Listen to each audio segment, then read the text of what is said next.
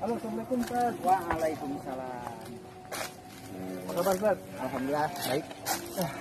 Lumayan nih tangganya, bikin ngos-ngosan. Tinggi ya? Iya, Tadi nggak dihitung. enggak. Udah lama nggak nge-trek sih kita jadi. Nanti kalau bisa nanti dihitung ada berapa tangganya. Hah? Sambil diulang-ulang. Konon katanya ada yang menghitung berbeda-beda. Waduh. Kayak di tangga makam di daerah mana di Banten itu. Dihitung tangganya, nanti si Om menghitung jumlahnya sekian, saya menghitung bisa saja berbeda. Ini salah satu uniknya di sini. Waduh, sahabat garis, ini kita naik tangganya aja udah ada filosofinya loh. Gimana nanti di tempat makomnya ya.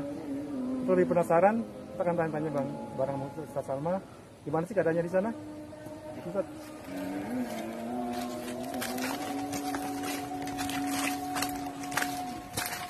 Datarannya Ini ya, mudah. Rasain. ini sebagian cuma dan makam aja apa buat Yang menggarap, yang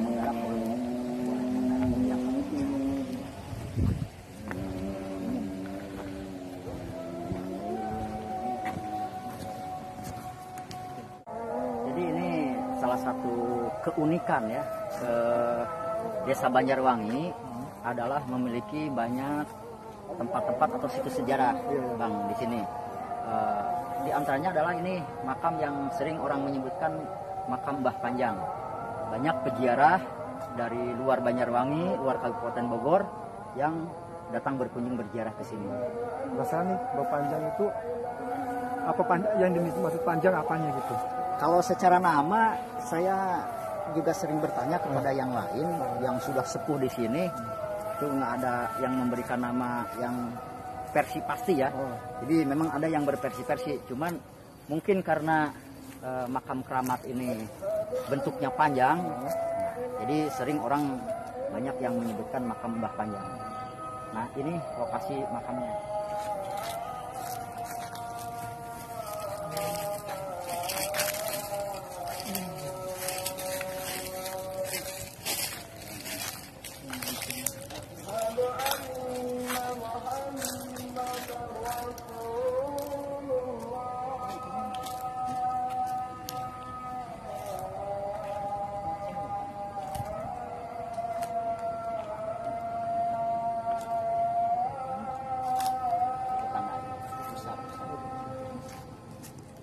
Nah, seperti tadi saya sampaikan bahwa situasi di sini tanah ini nggak tumbuh rumput. Kenapa ya? Dari dulu. Nah, ini barangkali salah satu Karomahnya ya? karomahnya. Kalau yang di sekitar ini kayak ilalang, rumput-rumput lain tumbuh. Pak, bukan karena pengaruh dari pohon-pohon ini Pak? Ustaz. Kayaknya enggak. Dan ini selain daripada yang ini, ada juga hanya kita nggak tahu nama-namanya. Di sebelah sana terdapat banyak juga yang sebelah ini.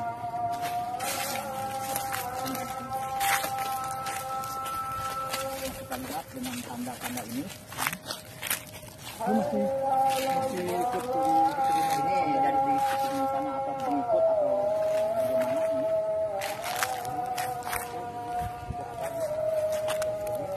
ini panjang gitu ya? Ya, ini ada, kita lihat bersama. Ini panjang tapi lebih panjang dari Lebih panjang dari yang sana.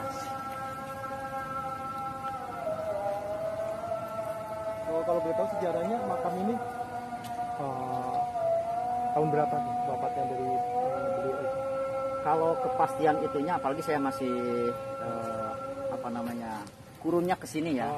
Dulu saya sempat bertanya kepada orang yang paling sepuh di sinilah, saya katakan gitu.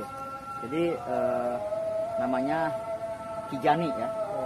Dulu saya pernah menanyakan, menurut penjelasan beliau itu waktu kakek masih anak-anak juga ini sudah seperti ini.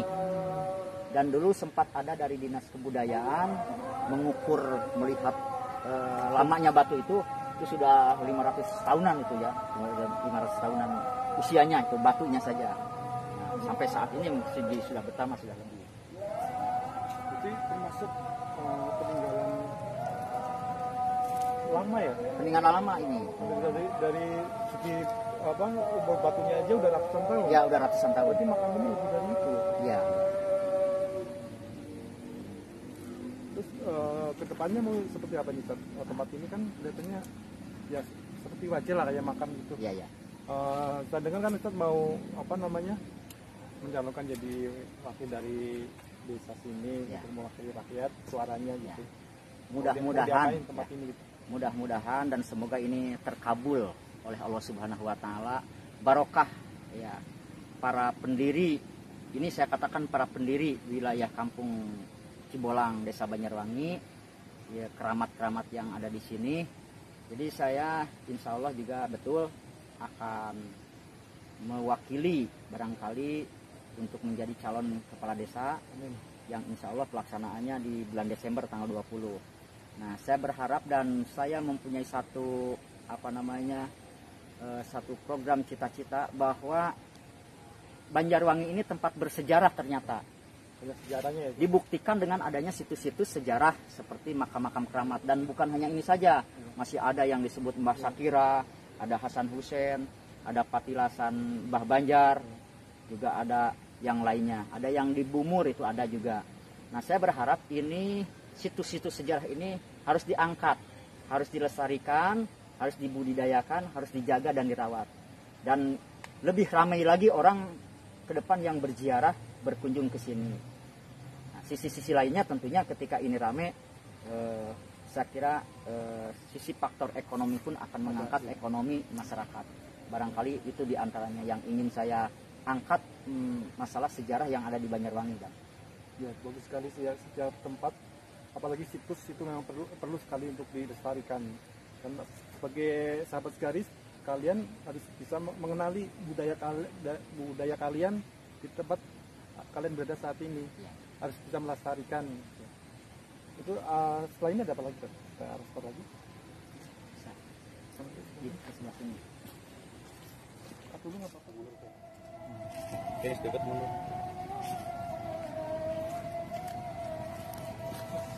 Mesti permisi dulu ya, Pak. Assalamualaikum warahmatullahi wabarakatuh. Nah, ini makam penduduk ini, makam penduduk umum. Nanti yang makam keramatnya ada di sebelah sana di depan, beberapa meter dari sini.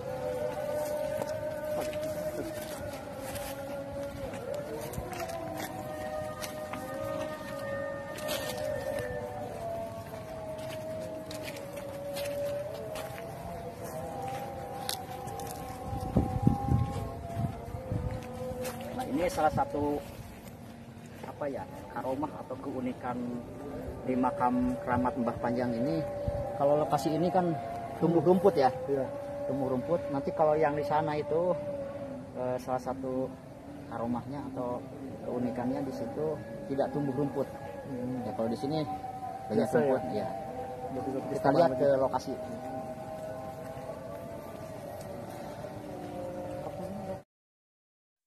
Terus ini ada jurang, apalagi historinya dari tempat ini, Pak? Nah, histori ini abang bisa geser ke sini bang sedikit. Kameranya bisa dilihatkan ke batu besar di sana. Itu yang batu kasur itu disebutnya batu kasur. Oh, iya, batu besar. Ada batu besar di sana. Nah, ini kalau menurut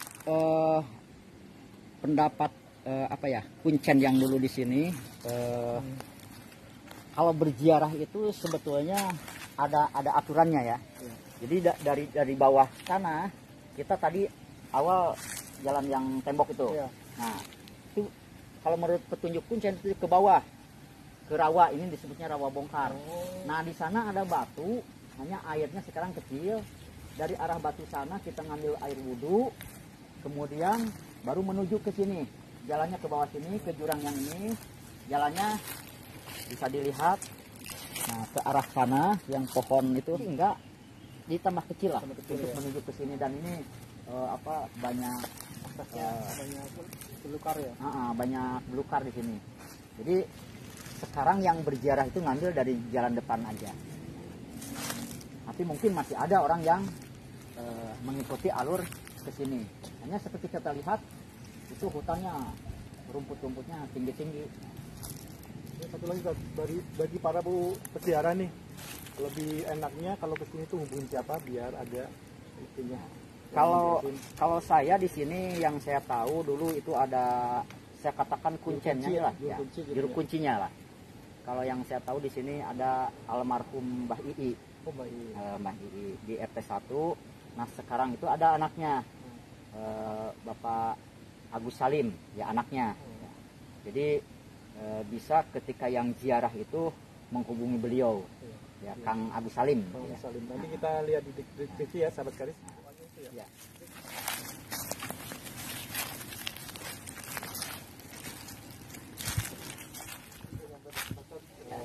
Kita ziarah tanpa berdoaan kurang abdul ya. Ya. Doanya kalian abang datang ke sini juga kita doa bersama ziarah ke makam Mbah Tanyang ini. Mudah-mudahan dengan datang ke sini ada berkah yang dapat kita ambil dari hikmah kita datang ke sini. Amin, amin.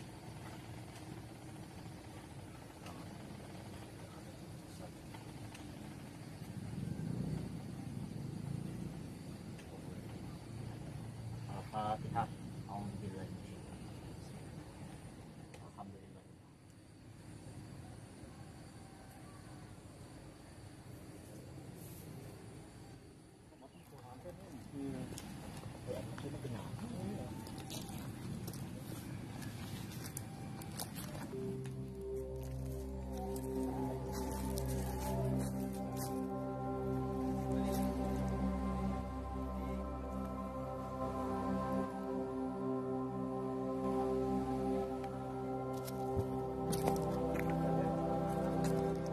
Makam kan punya cerita bagi para peziarah. Ada kejadian-kejadian apa sih cerita para peziarah itu? Pada prinsipnya kalau berziarah itu kan yang paling tinggi adalah mendoakan ya, mendoakan ahli kubur ya, ahli kubur yang ada di sini. Cuman memang tidak terlepas juga, apalagi yang namanya makam keramat, suka ada kejadian-kejadian yang aneh lah yang dirasakan oleh peziarah. Terutama itu baik ziarahnya siang maupun malam. Nah untuk di sini saya juga sering mendapatkan informasi peziarah, ada yang berziarah mendapatkan kayak semacam batu ali lah, ada yang mendapatkan tongkat, ada yang mendapatkan payung dan macam-macam ceritanya di sini ya.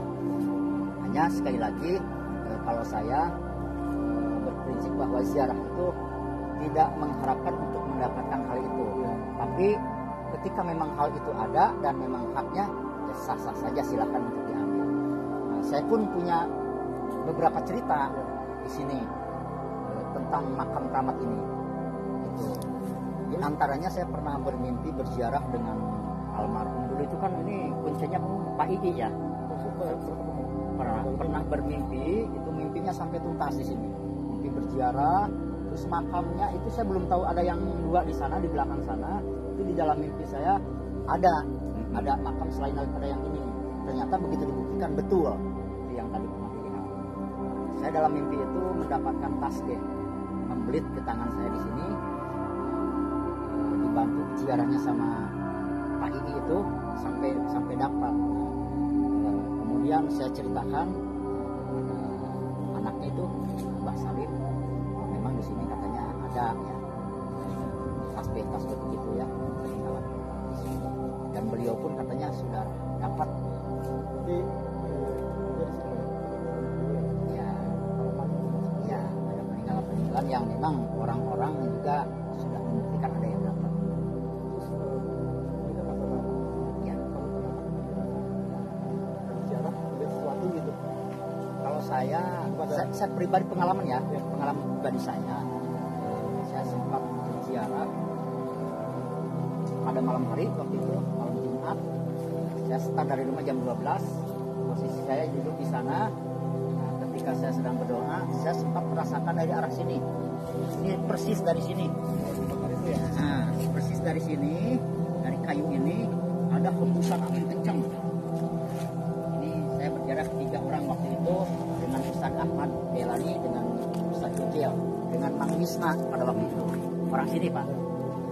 Saya merasakan di sini ada hembusan angin kencang ke arah sini. Itu di antara yang 3 jarah itu beda-beda merasakannya. Ada juga yang melihat cahaya cahaya katanya. Kalau Mang Misna mengatakan ada cahaya di sini yang mengarah ke sana. Seperti itu. Nah, itu di antara pengalaman barangkali mistisnya ya, mistisnya yang saya sendiri alami di sini. Kalau orang-orang mungkin beda-beda, pernah ada yang ziarah anak-anak muda di sini ziarah tiap malam Jumat. Satu ketika malam yang keberapa ada suara kayak bumi ini kayak ada yang injak geduk keras sekali. Tapi itu pun dari yang berziarah itu beda-beda merasakannya. Ada yang merasakan, ada yang tidak. Intinya niatnya berziarah itu ya. Saya sarankan ketika niat berziarah itu lurus. Yang paling utama lurus, artinya mendoakan yang ahli kuburnya saja. Ketika ada yang lain-lain, ketika kita niatan lurus, insya Allah tidak akan terjadi apa-apa.